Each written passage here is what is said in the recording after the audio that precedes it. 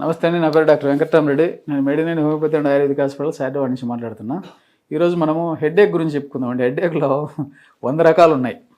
ఇంకేంటి సార్ 100 రకాల హెడ్ఏక్స్ అంటున్నాం అనొచ్చు. చాలా వరకు వీటిల్లో 100 రకాలు మనం 100 కాదు ఇంకా ఎక్కువ చెప్పుకోవచ్చు. కానీ వీటిల్లో కొన్ని రకాలు మాత్రమే కొద్దిగా సివియారిటీ మనము చూస్తూ ఉంటాం.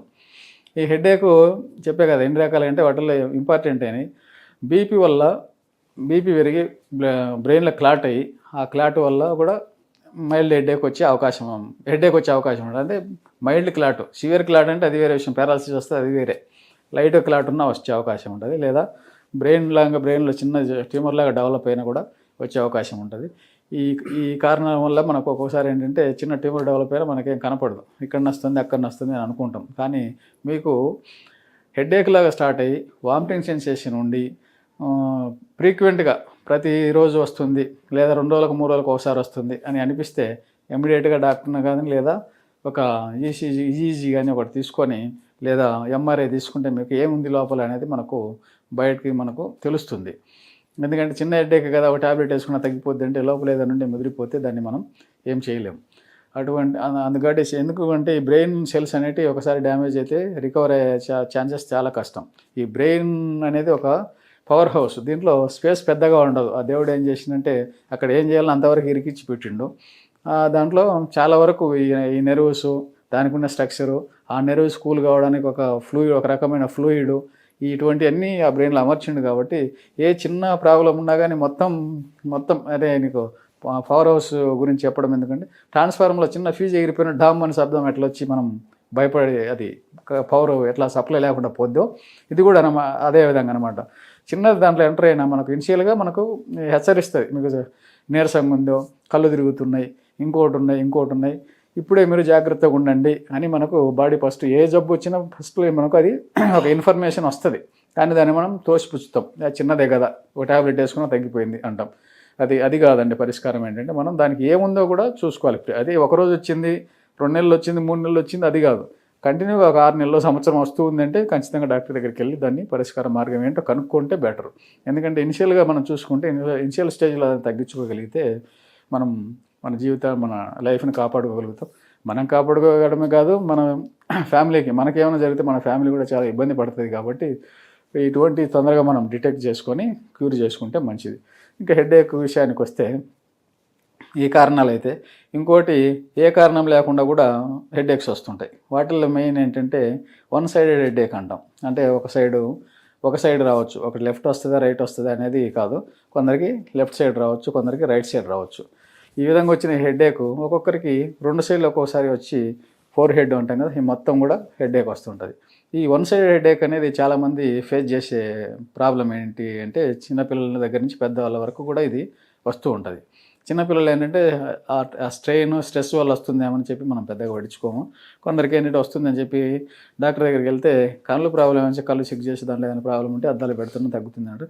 కానీ కొంతమంది పిల్లల్ని కూడా తీసుకొస్తారు, అద్దాలు పెట్టినా కూడా వస్తుంది సార్ అంటే అప్పుడు దాన్ని ఫైండ్ అవుట్ చేసి వామిటింగ్స్ ఉన్నాయా, ఈ వన్ సైడ్ హెడ్ఏక్లు ఏమవుతుందంటే వామిటింగ్స్ ఫస్ట్ ఉండే అవకాశం ఉంటుంది, నోట్లో నీళ్లు రావడం, కంటి ముందు మనకు ఎలక్ట్రికల్ వేవ్స్ లాగా బ్లర్డ్ విజన్ లాగా ఉండటం, ఒక్కోసారి మిరుమిట్లు వెలిపినట్టుగా మన ముందు లైటింగ్ కనపడడం, ఇవన్నీ కూడా వన్ సైడెడ్లో ఉంటుంది. లేదా 2 కడతలో నొప్పి వచ్చిన 2 సైడ్లు ఉన్నా కూడా మనం కణతలు అంటాం కదా, ఆ కణతల్లో కూడా పెయిన్ ఉన్నప్పుడు ఈ విధంగా మనకు జరిగే అవకాశం ఉంటుంది.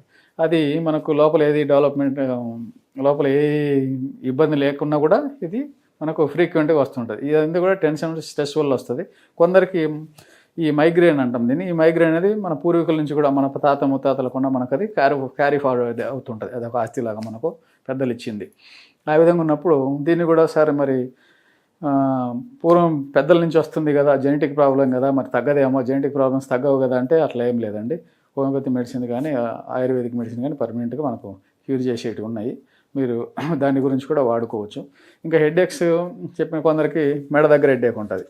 ఈ హెడ్ఏక్ ఏంటంటే ఒక్కోసారి సర్వైకల్ స్పాండిలోసిస్ వల్ల కూడా హెడ్ఏక్ వచ్చే అవకాశం ఉంటుంది. ఈ సర్వైకల్ అంటే మెడ దగ్గర ఉండే నరాలు ఒత్తుకోబడి ఈ భుజాల నొప్పితో పాటు ఈ ఎక్కడైతే సప్లై ఉందో ఆ ఏరియాకి అంతా కూడా మనం వెనక బ్రెయిన్ అంతా ఇదంతా నొప్పి వస్తుంటుంది. ఈ నొప్పిలో మేము చదివేటప్పుడు అనుకునే వాళ్ళం, మా బుక్స్లో రాసి ఉంటే సుత్తితో కొట్టినట్టు ఉంటుంది, అంటే హ్యావరింగ్ టైప్ ఆఫ్ హెడ్ఏక్ అంటాం. పుల్లింగ్ టైప్ ఆఫ్ హెడ్ఏక్ అంటే లాగినట్టు ఉంటుంది.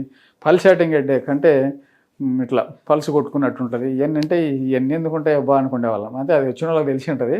మా డాక్టర్స్ ఏంటంటే ఎంత చూసి రికార్డ్ చేసిండ్రో అవి మేము చూసి ఇట్లా కూడా ఉంటాయని నవ్వుకునే వాళ్ళం. కానీ ఇప్పుడు మేము ఫేస్ చేస్తున్నాం అవన్నీ. పేషెంట్ వచ్చి నాకు లాగినట్టు ఉంటుంది సార్ అంటాడు. ఒక్కొక్క పేషెంట్ అంటే తల హెడ్ఏక్ తోటి గాలిలో తేలినట్టు ఏందో ఉంటుంది సార్ అంటాడు. కొద్దిగా బరువు పెట్టినట్టు ఉంటుంది సార్ అంటారు. కొంతమంది సివియర్ హెడ్ఏక్ ఉన్నప్పుడు మనకు సినిమా డైరెక్టర్ కోడి రామకృష్ణ చూస్తుంటాం. హెడ్ఏక్ కట్టుకుంటారేమో మనకు తెలియదు, కానీ ఎప్పుడైనా ఒక బట్ట కట్టుకుంటాడు. ఆ విధంగా పేషెంట్స్ కట్టుకొని మన దగ్గరకు వచ్చి కూర్చొని సార్ ఇది ఇప్పితే నాకు భరించలేని హెడ్ఏక్ సార్ అని చెప్తూ ఉంటారు. ఇవన్నీ కూడా ఏంటంటే టెన్షన్ వల్ల, స్ట్రెస్ వల్ల వచ్చే హెడ్ఏక్స్. ఇది కాక ఇంతకుముందు చెప్పినట్టు ఏదైనా బ్రెయిన్లో ఏదైనా ప్రాబ్లమ్స్ ఉండి, బ్రెయిన్ ట్యూమర్ కావచ్చు, ఇంకోటి కావచ్చు, అటువంటి ఏదైనా ఉంటే మనం ఇమీడియట్గా టెస్ట్ చేసుకొని ఏముందో ఫైండ్ అవుట్ చేసుకుని దాన్ని మనం క్యూర్ చేసుకోవచ్చు. ఇప్పుడు ఈ విధంగా చెప్పుకున్నట్టు ఈ హెడేక్స్ ఒక వన్ సైడెడ్ హెడేక్, మా హోమియోపతిలో వన్ సైడెడ్ హెడేక్ ఒకటి ఉంటుంది, లెఫ్ట్ సైడ్కి ఒకటి ఉంటుంది, అన్ని కాంబినేషన్లో ఉంటే ఒక టైప్ ఉంటుంది. ఇది కాకుండా ఈ హెడ్కు ఈ ఒక సైడ్కు ఉండే పెయిన్కు ఈ మెడిసిన్ అనేది ఉండదు మన దాంట్లో. మన ఏంటంటే చిన్న ప్రాబ్లం తీసుకున్న ఆ ప్రాబ్లం ఎందుకు వస్తుంది, దీని రూట్ కాజ్ ఏంటి, ఈ రూట్ కాజ్ నుంచి మనం దాన్ని క్యూర్ చేస్తూ వస్తాం. కాబట్టి ఆ బ్యూటీ ఆఫ్ హోమియోపతిలో పూర్తిగా బాడీ నుంచి దాన్ని ఎలిమినేట్ చేయగలుగుతున్నాం. ఎందుకు ఆ రూట్ కాజ్ ఏంటి అంటే అదే అతని లైఫ్ స్టైల్ ఎలా ఉంటుంది, అతను ఏ విధంగా ఉంటుంది, అతను తినడం ఎట్లా తింటున్నాడు, ఎన్ని గంటలు పడుకుంటున్నాడు, ఒక్కోసారి మనం నిద్ర లేకపోయినా స్ట్రెస్ వల్ల మనకు హెడేక్ వస్తుంది. అదే ఇటువంటివన్నీ మనం తీసుకొని ఆయన జాబ్ ఏంటి, సాఫ్ట్వేర్, ఈరోజు సాఫ్ట్వేర్ అంటున్నాం, ఇంకొకప్పుడు సాఫ్ట్వేర్ లేవు, అప్పుడు ఏం చేస్తున్నాడు ఆయన, ఈ విధంగా ఆయన జీవన శైలిని తీసుకొని ఆయన స్ట్రెస్ ఎలా ఉంటుంది, ఈ టెన్షన్ ఎలా ఉంటుంది, ఆ బాడీ నేచర్ ఎలా ఉంటుంది, వీటన్నిటి తీసుకొని మనము దీన్నే కాన్స్టిట్యూషనల్ థెరపీ అంటాం మన హోమియోపతిలో. ఇది కాన్స్టిట్యూషనల్ థెరపీ అని చెప్పి అందరికీ అర్థమైంది కాబట్టి ఆ వర్డ్ వాడట్లేదు. కొత్తగా మనం జీనోమ్ థెరపీ అని కూడా అంటున్నాం. అంటే ఇది కూడా ఒక టైప్ ఆఫ్ కాన్స్టిట్యూషనల్ థెరపీ. ఇవన్నీ కూడా మనం కొంచెం అడ్వాన్స్డ్ హాస్పిటల్స్ మాత్రం మీకు దొరుకుతుంటాయి. కింది లెవెల్ వాళ్ళు ఏంటంటే వాళ్ళు ఏదో వచ్చింది మెడిసిన్ ఇస్తున్నాం అంటుంటారు. కానీ ఇవన్నీ ఏంటంటే మనకు ఒక 1 అవర్ దాన్ని తీసుకొని దాన్ని అన్నీ కరెక్ట్గా మీరు మాకు ఆ సిమ్టమ్స్ గురించి ఎక్స్ప్లెయిన్ చేస్తే మేము కూడా మీకు మంచి మెడిసిన్ ఇవ్వడానికి అవకాశం ఉంటుంది. మీరు నమ్మరో ఏ హెడేక్ అయినా ఇంకోటైనా ఈవెన్ చిటికలో తగ్గించే మెడిసిన్స్ మన దగ్గర ఉన్నాయి. కానీ చిటికలో తగ్గిస్తామని ఇప్పుడు తగ్గలేదా సార్, మేము నెల నుంచి తిరుగుతాం, 2 నెలలు తిరుగుతాం అంటుంటారు పేషెంట్స్. అది ఎందుకు ఆ విధంగా మనం తగ్గించగలుగుతామంటే మీరు చెప్పే సిమ్టమ్స్ కరెక్ట్గా రావాలి మాకు. మీరు కొన్ని చెప్పరు, అంటే కొన్ని మేము కొన్ని అడగలేము. అటువంటప్పుడు ఏంటంటే మీరు కొన్ని చెప్పలేరు. ఈ ర్యాపో బిల్డప్ కావడానికి 1 నెల, 2 నెలలు, 3 నెలలు పడుతుంది. అప్పుడు మీరు చెప్పినవి మాకు కరెక్ట్గా మైండ్లోకి వచ్చి మీ నేచర్ మీద అది చూసినప్పుడు మేము కరెక్ట్గా మెడిసిన్ ఇస్తే అప్పుడు 3-4 నెలల్లో పూర్తిగా బాడీ నుంచి ఎలిమినేట్ అయిపోతుంటాయి. అందుకు మనకు హోమియోపతి టైం తీసుకుంటుంది లేదు. మీరు కరెక్ట్గా మొత్తం సిమ్టమ్స్ కింద చెప్తే 1 వీక్లోనే తగ్గించగలిగే కెపాసిటీ హోమియోపతి మెడిసిన్స్లో ఉన్నాయి. అటువంటి మెడిసిన్స్ మన ఫార్ములేషన్స్ మన దగ్గర ఉన్నాయి. మీకు చెప్పినట్టు లోకల్గా ఏదైనా దొరికితే వాడుకోండి. హెడేక్స్ పెద్ద ప్రాబ్లం కాదు. చిన్న మెడిసిన్స్ చిన్న క్లినిక్లు ఇస్తే తగ్గిపోతాయి. అలా తగ్గలేదు అనుకున్నాయి అంటే 100కి 60-70 తగ్గుతాయి, 30-40 తగ్గకపోవచ్చు. అటువంటిప్పుడు మీరు డాక్టర్ మెడిసిన్లో మా బ్రాంచ్లో ఎక్కడైనా కన్సల్ట్ అయితే మా ఫార్ములేషన్స్ కొన్ని అప్డేట్ చేసినాం కాబట్టి వాటిలో తొందరగా మీకు తగ్గే అవకాశం ఉంటుంది. వచ్చి మీరు అక్కడ మా సేవలను ఉపయోగించుకోగలరని చెప్పి మీకు మనవి చేసుకుంటూ సెలవు తీసుకుంటున్నా. నమస్తే.